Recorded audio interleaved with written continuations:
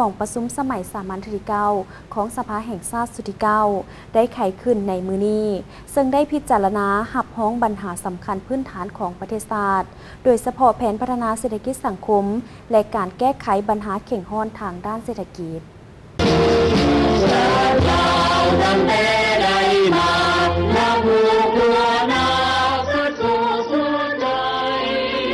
กล่องประชุมสมัยสามัญเทอที่9ของสภาแห่งชาติสุดที่9ได้ไขขึ้นอย่างเป็นทางการในวันที่9มิถุนายน2025โดยการเป็นเกียรติเข้าร่วมของพระนาถานทองลุนศรีสุฤทธิ์ประธานประเทศแห่งสาธารณรัฐประชาธิปไตยประชาชนลาวมีบรรดาทานการนำภาครัฐอดีตการนำขั้นสูงบรรดาทานสมาชิกสภาแห่งชาติเข้าร่วมในกล่องประชุมทานไสสมพรพรหมวิหารประธานสภาแห่งชาติได้กล่าวสุนทรพจน์ไขกล่องประชุมซึ่งบางตอนท่านได้กล่าวว่าโดยปฏิบัติตามรัฐธรรมนูญและกฎหมายว่าด้วยสภาแห่งชาติกล่องประชุมครั้งนี้จะได้พิจารณาหับฮ้องปัญหาสำคัญพื้นฐานของประเทศชาติเช่นบทรายงานของท่านนายกรัฐมนตรี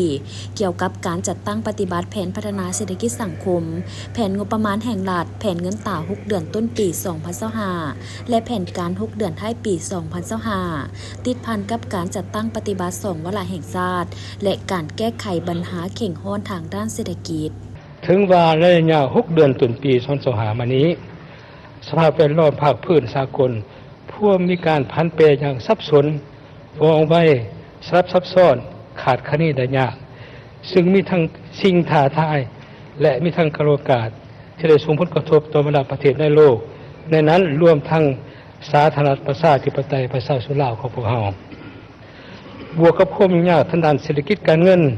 ที่ส่งผลกระทบโดยตรงต่อการพัฒนาเศรษฐกิจสังคม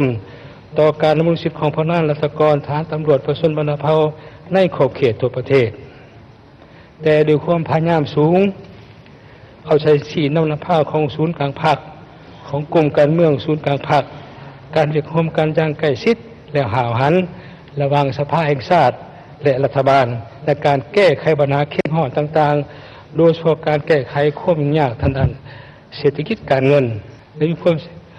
ความสำเร็จดีขึ้นเรื่อย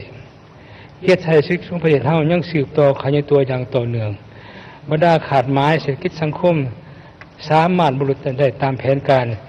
ซึ่งเป็นการประกอบส่วนที่สำคัญเฮ็ดให้ประเทศชาติพวกเฮาสืบต่อมีเส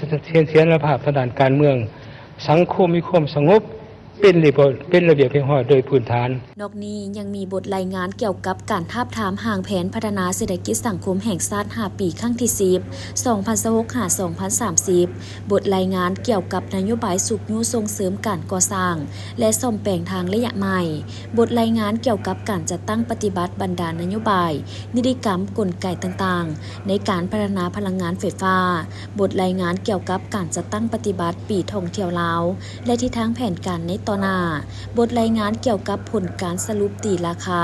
การโฆษณาเผยแพร่กฎหมายทั่วประเทศบทรายงานเกี่ยวกับการจัดตั้งปฏิบัติแผนการเคลื่อนไหวเวียกงานแต่กล่องประชุมสมัยสามัญที่8หาเทื่อที่9และทิศทางแผนการฮอดกล่องประชุมสมัยสามัญที่10ของสภาแห่งชาติสุดที่9บทรายงานเกี่ยวกับการทาบทามห่างแผนการสร้างและปรับปรุงกฎหมาย5ปี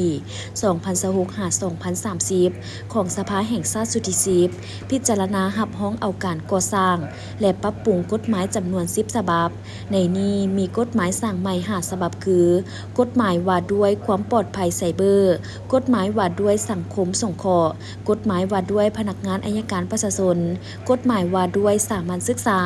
กฎหมายว่าด้วยการปลูกฝังส่วนกฎหมายปรับปรุง5ฉบับมีคือกฎหมายว่าด้วยยาและผลิตภัณฑ์การแพทย์กฎหมายว่าด้วยอากรรายได้กฎหมายว่าด้วยป้ายกฎหมายว่าด้วยชลประทานกฎหมายว่าด้วยศาลประชาชน